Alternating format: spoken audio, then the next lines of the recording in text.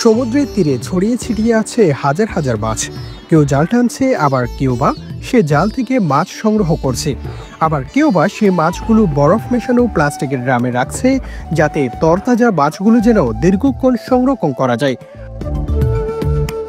অন্যদিকে সমুদ্রের তীরে যখন জেলেরা জাল ভর্তি ঝাঁকে ঝাঁকে মাছ নিয়ে ফিরে, তখন মানুষের হৈ হুল্লোড়ে মুখরিত হয়ে ওঠে চারিপাশ।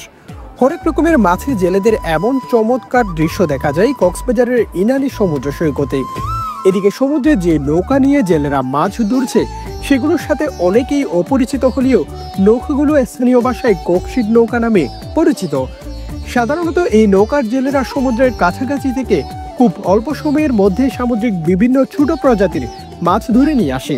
তারই ধারাবাহিকতায় কয়েকটি ককশিট নৌকা গিয়েছিল সমুদ্রে, এবং এক একটি নৌকার মধ্যে মাছ ধরা পড়ে কয়েক মন করে।